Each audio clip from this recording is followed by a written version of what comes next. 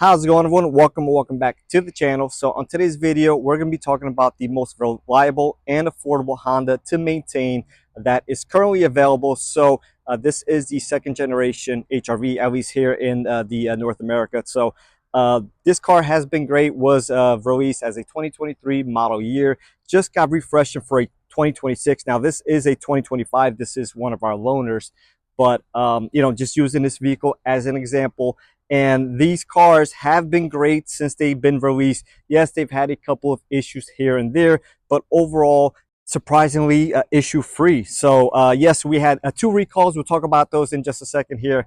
But again, overall, great vehicle. If you're looking for a reliable, long-lasting vehicle that's not going to break the bank as far as maintenance goes, this is your number one option here from a Honda product. So we'll start here underneath the hood. So as you can see, it is spacious, which is nice. The older HRV was a little bit tighter. Now this is a K20 Z5 engine here, and it is the only engine from Honda that is still port injected. Everything else is direct injection at this point. So this is going to reduce injector carbon up issues over time that we see on basically all the direct injection engines. So that is a huge positive. Now we have seen some rodent damage on this wire here, and this one specifically typically happens more in city-like environments and in the wintertime, although it can happen anywhere. There's reports of it happening in warmer weathers, and we see it here from time to time too. But as soon as it gets cold, we see a huge surge, not only in this vehicle, but a couple of Honda vehicles with rodent damage. So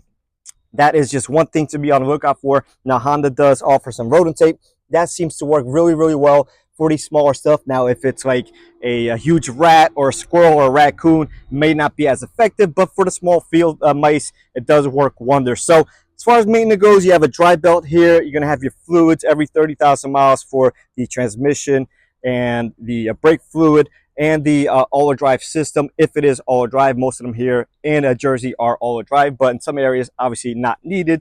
So those we recommend every 30,000 miles.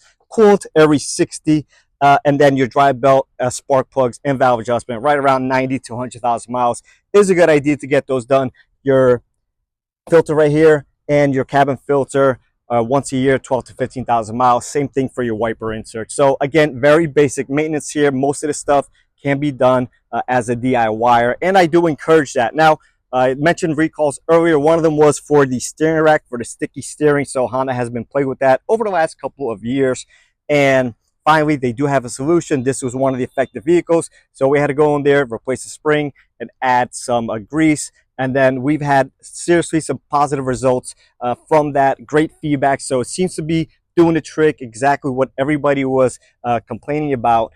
Seems to be really addressing that. So that is great news there. And again, we've had a ton of positive feedback. Some people here and there will still say they are feeling something, but overall positive feedback for that. So moving right along here, we have no radar in the front to steal, so there's a positive. Obviously doesn't affect everybody, but here in this area on the Accord, the CRVs, and the Pilots, radar theft is through the roof. So no radar here. So another thing you do not have to worry about. Smaller tires and wheels versus your very low profile stuff. So you're not going to go through a pothole and blow out tires like we see on the Accords and some of the Civics as well. So another positive there. Overall, just a bunch of positives. We'll move on inside of the vehicle here. Now, on most vehicles that Honda offers, this switch is next to the cup holders. Here, they did a great job by not putting them next to the cup holders. So another positive that this vehicle has over the rest of the lineup, that typically this switch will be right up in here, or the cup holders will be right over here. So we see some crumbs here, but crumbs typically are okay. Now, if one that gets jammed in there, that obviously could cause one of these switches to lock up and jam up. But chances are you're not going to get liquid damage like you would with the cup holders right here next to it. So very basic stuff here, nothing to break, all positive stuff here, and going to go a long way for non-headache issues down the line. So we have no sunroof either. Again, those do require maintenance and replacement from time to time. Little sticks and stuff get stuck in there, causes some water leaks as well. So just a whole bunch of positive stuff here.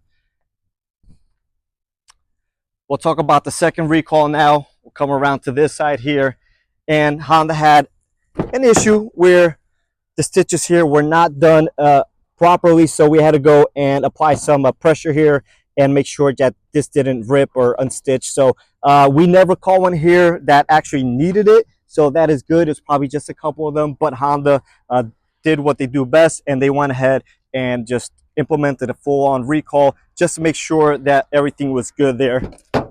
And again, we did not catch any of those here, and we did hundreds of them.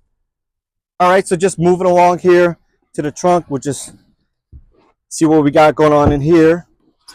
We do have a spare tire, which is welcomed.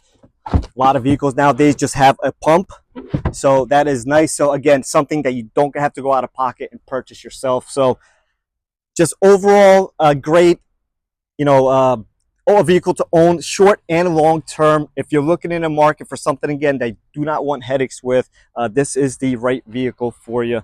And just great overall feedback. We'll continue to monitor things. Obviously, if things change, we'll see how that changes and affects my opinion, and we progress over the years, over the next decade or so. But no news is good news, and that's what we have here. We've had a couple of things. We had a camera or two that failed right up there, internal failures, but nothing consistent. So if you are looking for a reliable vehicle, low maintenance, this is the perfect car for you. My only concern or only thing I would address is that these cars are slightly underpowered, but I will take that in consideration, that it's going to be ultra reliable. And most people, they're not too worried about how much power the car has or acceleration or stuff like that. It still gets up there, but it's not a turbo engine, so it's not going to have that responsiveness and that mid-range low-end torque that a turbo engine would. So if anything that I would to be concerned with or address or a negative, that would be my only one. But again, I'll take the reliability over power any day. So that's going to be it for this video, guys. I'm going to be making also a video on one Honda not to buy that's going to cost you a ton of money,